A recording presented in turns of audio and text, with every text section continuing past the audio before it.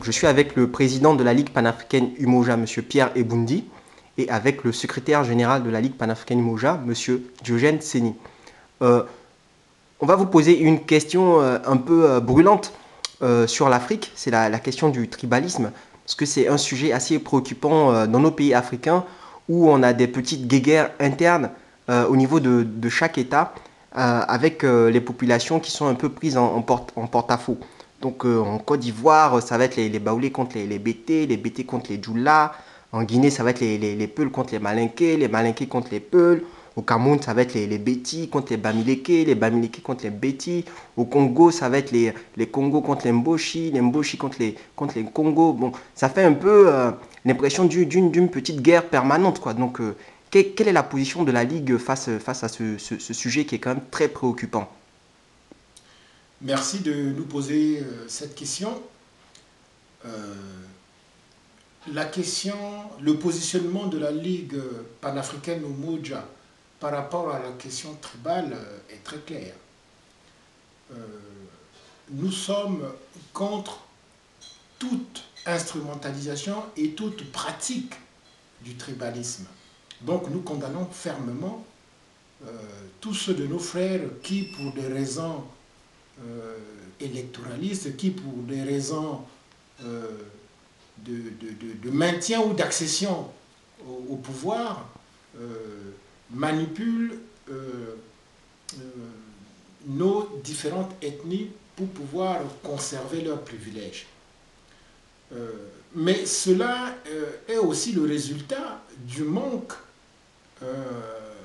des partis panafricains, puisque, comme vous devez le comprendre, les panafricanismes, ils ont déjà dépassé le sentiment tribal. Ils sont pour l'unité des Africains. Donc, on ne peut pas vouloir l'unité des Africains et être tribaliste.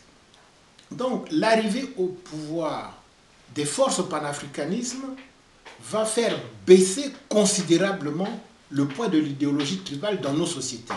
Donc, il importe que nous formions une jeunesse, une société où les gens soient imprégnés de l'idéal panafricain pour mettre un frein au développement du tribalisme. Le tribalisme, c'est d'abord une injustice, c'est l'arbitraire. On ne peut pas être tribaliste et juste. Le tribalisme s'appuie par la préférence ethnique. Donc, c'est abject. C'est-à-dire que ceux qui soutiennent ou qui alimentent le tribalisme sont d'essence injuste. Mais c'est vraiment très injuste. Nous sommes radicalement contre le tribalisme.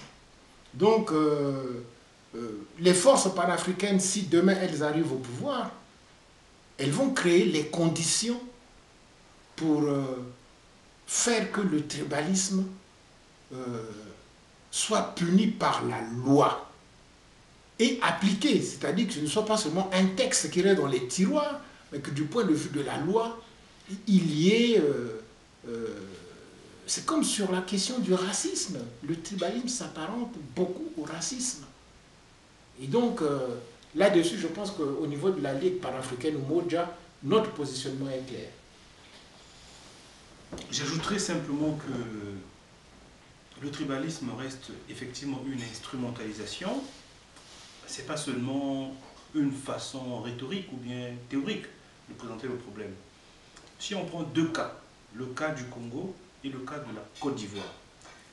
Au Congo-Brazzaville, par exemple, on a fait comprendre aux populations pendant des années que le vrai problème au Congo, c'était le problème nord-sud.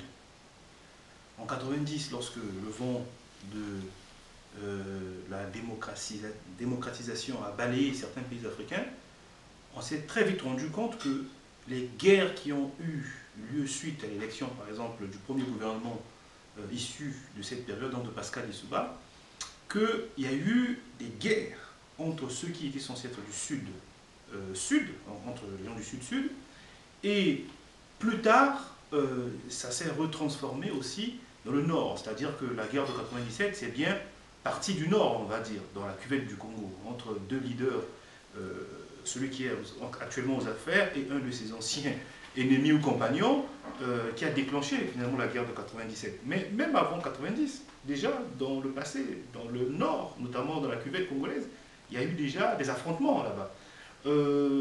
Donc, quand on voit tout ça, on se rend bien compte que c'est une instrumentalisation. Prenez le cas des leaders.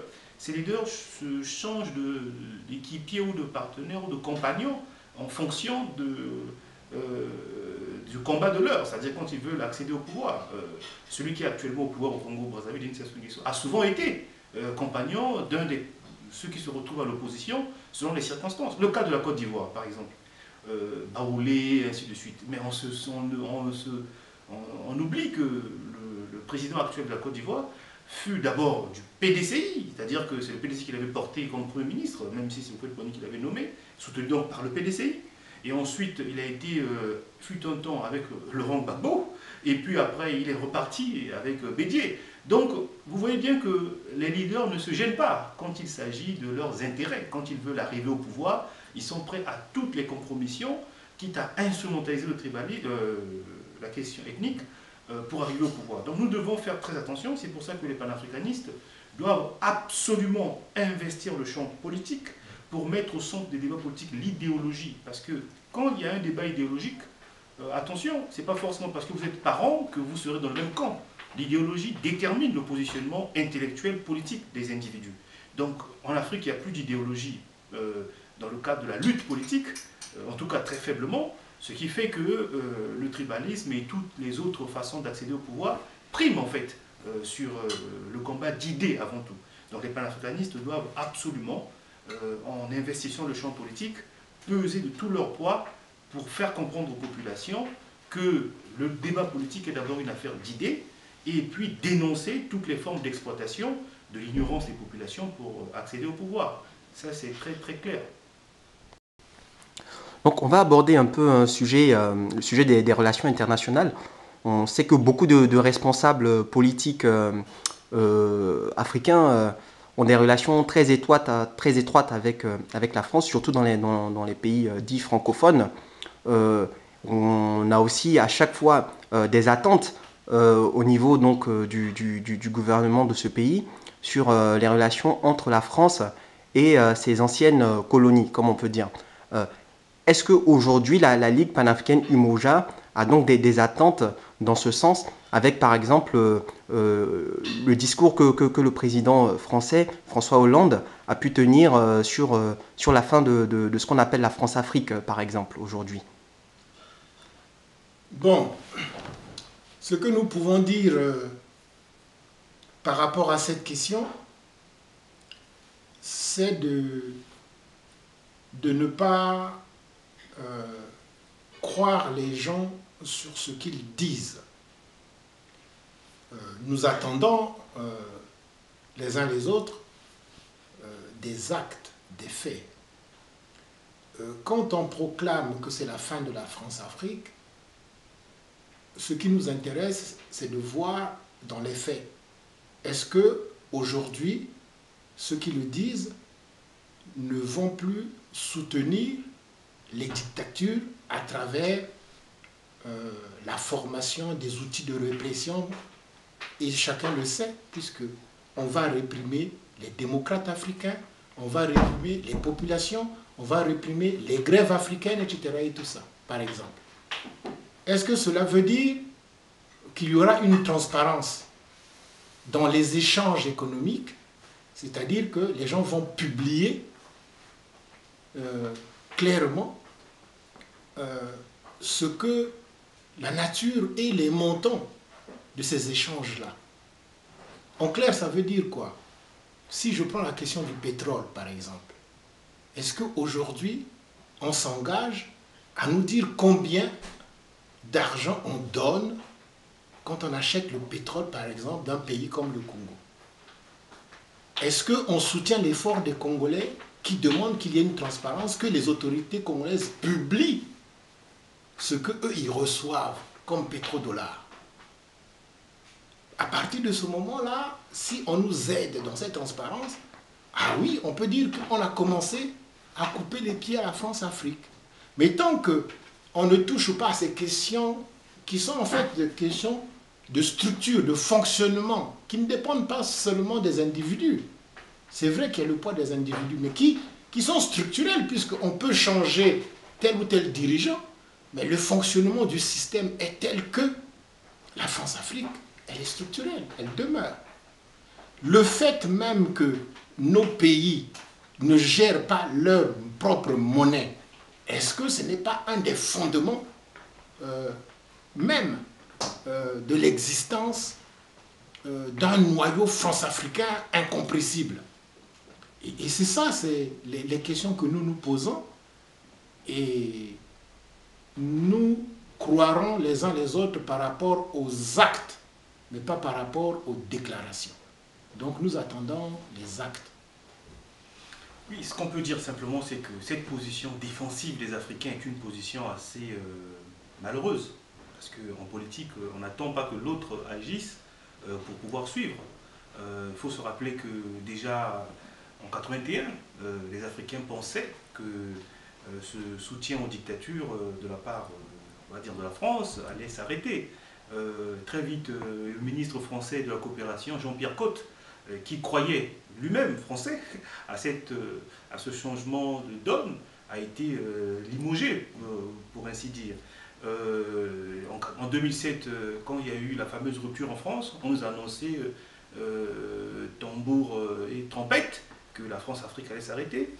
Et là encore, il y a une énième annonce, tout ça. Non, il faut qu'on arrête d'attendre des autres qui fassent le travail à notre place. Le problème fondamental, c'est que le camp des souverainistes africains sur ces problèmes-là n'est pas fort, n'a pas été constitué. Nous ne pouvons pas demander un changement si nous n'avons pas nous-mêmes déjà créé les conditions, soit pour forcer que ce changement arrive, soit pour être offensif sur cette question. Sur cette question de la France-Afrique, il faut constater qu'on a un personnel politique qui n'est même pas demandeur. Le personnel politique africain attend chacun son tour d'être adoubé par la France pour faire exactement ce qu'on reproche que l'on fait au pouvoir actuel. J'en veux pour preuve, lorsque la classe politique africaine se combat entre elles, en général c'est sur les questions électorales, mais ils ne se combattent pas sur les questions de souveraineté bradée. Tout à l'heure on a parlé de la dévaluation du franc CFA en 1994. Cette dévaluation a été une catastrophe sur les populations, d'abord par rapport aux matières, aux produits de base qui est doublé de façon mécanique, mais aussi à notre dette extérieure. Cela n'a pas conduit la classe politique à revendiquer la souveraineté. C'est-à-dire que le constat qui est là, c'est que la France-Afrique touche aux structures, comme vient de dire le président, c'est-à-dire aux structures économiques, l'économie extravertie, le bradage des matières premières, une monnaie de répression. Ça, ce n'est pas un problème pour la classe politique africaine. Ce n'est pas ça qui fait que la classe politique se bat. La classe politique se bat. Comment faire pour arriver au pouvoir? Élection, oui, mais question de souveraineté qui touche aux droits économiques et sociaux des populations, non. Alors comment voulez-vous que, si vous n'êtes pas vous-même préoccupé par ces problèmes-là, que les autres le règlent à votre place? Commençons déjà par poser clairement ces problèmes au lieu de se faufiler derrière. Non, il faut poser le problème. Le problème principal de l'Afrique, c'est le problème de sa souveraineté. Toujours pour rester dans le cadre des relations internationales, on sait qu'il y a plusieurs bases militaires ou présences militaires étrangères sur le continent. Quelle est la position de la Ligue face à ces installations? Notre positionnement est clair. Vous connaissez une base militaire africaine sur le continent européen? Est-ce que vous connaissez une base militaire africaine sur le continent américain? Est-ce que vous connaissez une base militaire africaine sur le continent asiatique? Donc, zéro. Donc, il n'y a aucune base militaire africaine sur les autres continents. Il n'y a pas de raison qu'il y ait des bases militaires de quelque pays que ce soit sur le continent africain. Donc, c'est clair. C'est-à-dire que nous travaillons pour l'Afrique, pour le continent africain, pour les Africains, pour l'indépendance réelle. de ce continent. Donc, il n'y a pas de place pour des bases étrangères. Notre positionnement est clair. C'est une position qui me paraît logique. On peut comprendre que les Africains ne veulent pas qu'il y ait des bases militaires étrangères chez elles. Donc voilà. Chez les militaires, on dit lorsqu'il y a une force étrangère plus puissante que l'armée nationale sur un territoire, c'est une armée d'occupation, tout simplement. Donc partout sur le continent où vous avez des bases militaires qui sont plus équipées, plus outillées que les armées nationales, c'est elles, quelque part, qui vont déterminer le destin de ces territoires. Donc une base militaire plus forte, outillée, et ainsi de suite, ce sont des armées d'occupation. Si on veut être beaucoup plus clair sur ces questions-là. Donc, quand nous revendiquons la souveraineté africaine, il est évident que nous demandons la pleine souveraineté sur tous les domaines, le domaine militaire, économique, et ainsi de suite. Mais c'est un combat d'abord politique, il ne faut pas qu'on se trompe d'idée. C'est d'abord un combat politique. Si nous gagnons le combat politique, ben, effectivement, toutes ces questions seront mises sur la table et nous pourrons en discuter concrètement. On peut donc dire que la Ligue panafricaine Umoja et les panafricanistes en général apportent en quelque sorte des idées nouvelles sur le discours politique. Mais ces idées nouvelles, est-ce que ce n'est pas assimilable quand même à un peu de l'extrémisme? Est-ce qu'il faut avoir peur du panafricanisme en quelque sorte? Bon, certains peuvent trouver que pour eux, c'est de l'extrémisme, mais pour nous, c'est pas du tout ça.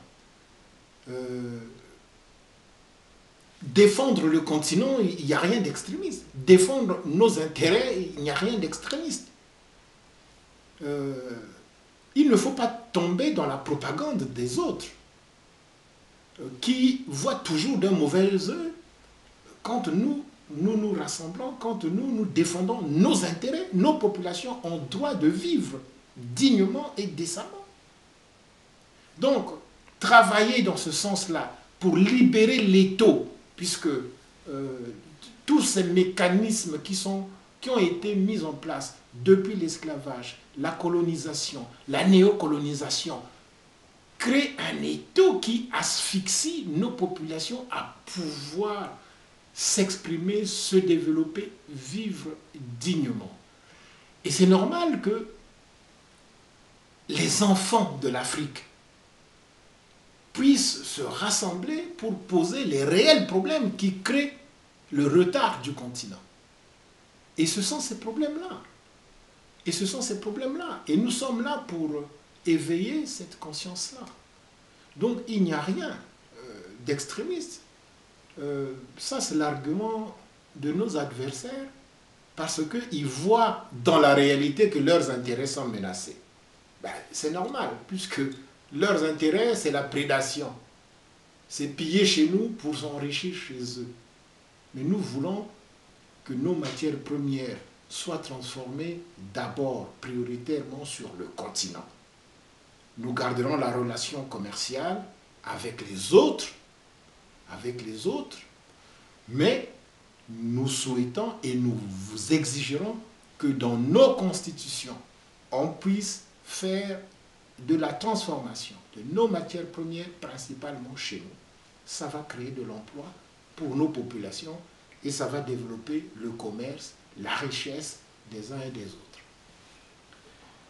Sur cette question, il ne faut pas tomber effectivement dans la peur, parce que c'est pour créer la peur chez les Africains quand on agite cette question d'extrémisme. Vous avez par exemple ici en Europe, en pleine crise, on parle de patriotisme économique.